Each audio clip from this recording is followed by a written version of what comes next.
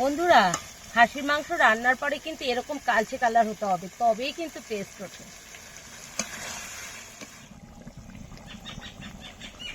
মাংসটা হয়ে গেছে, নামিয়ে নেব।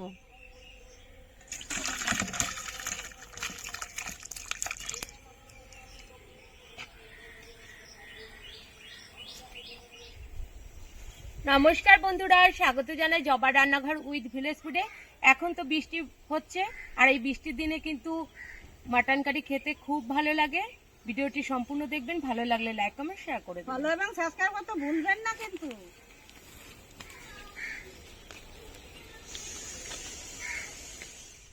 মশলাগুলো বেটে নেব। আমি পেঁয়াজ টমেটোটা কেটে নেব।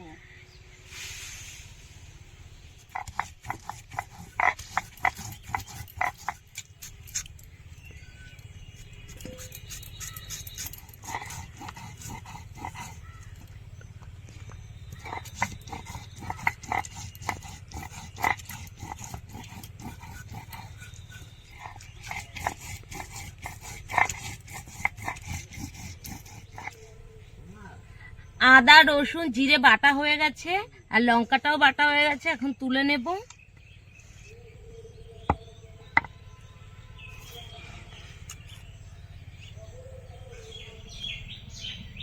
কড়াই গরম হয়ে গেছে, তেল দিয়ে দেব।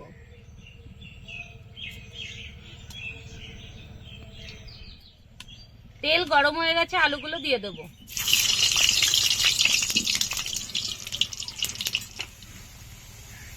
অল্প একটু লবণ,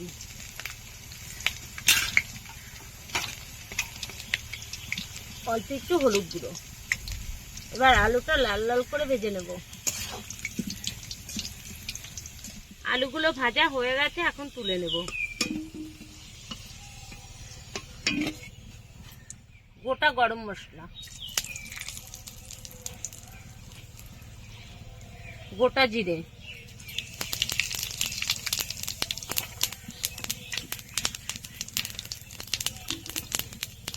পেঁয়াজ কুচি,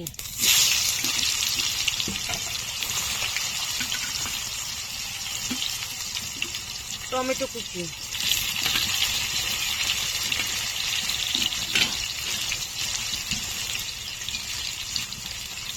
দিয়ে দেবো অল্প একটু কাশ্মীরি রেড চিলি পাউডার।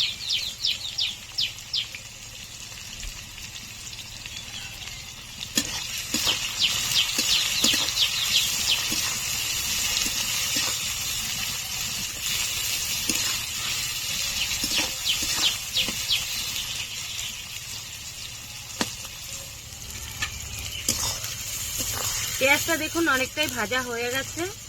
এখন দিয়ে দেব স্বাদ মতো লবণ,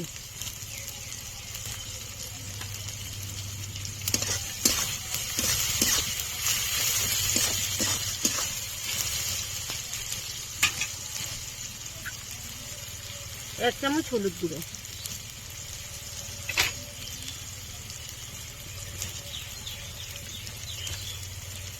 আদা বাটা, জিরে বাটা,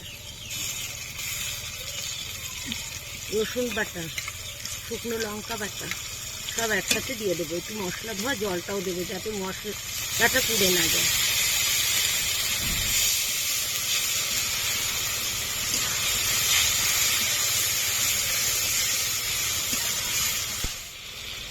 ধনের গুঁড়ো, গোলমরিচ গুঁড়ো, কাশ্মীরি রেড চিলি পাউডার এখন অল্প করেই দেব। ভালো করে কষে নেব।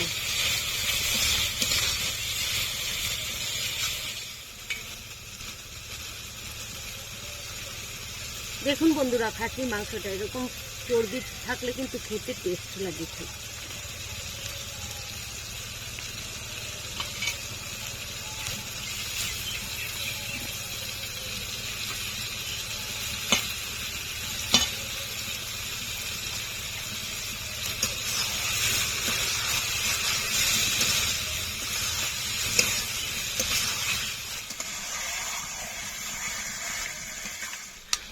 টক দইটা ভালো করে ফেটিয়ে নিয়েছি, এখন দিয়ে দেব।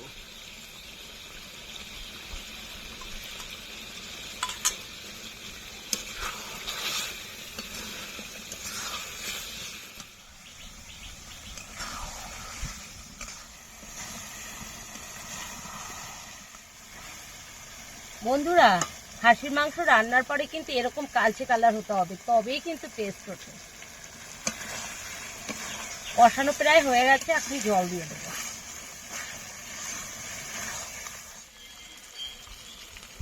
গরম জল দিয়ে দেবো।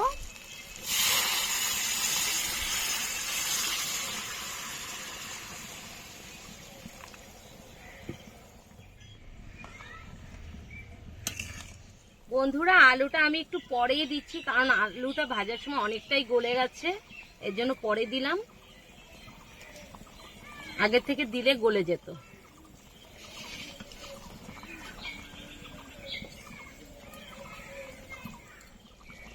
মাংসটা হয়ে গেছে, এখন গরম মশলার গুঁড়ো দিয়ে দেবো।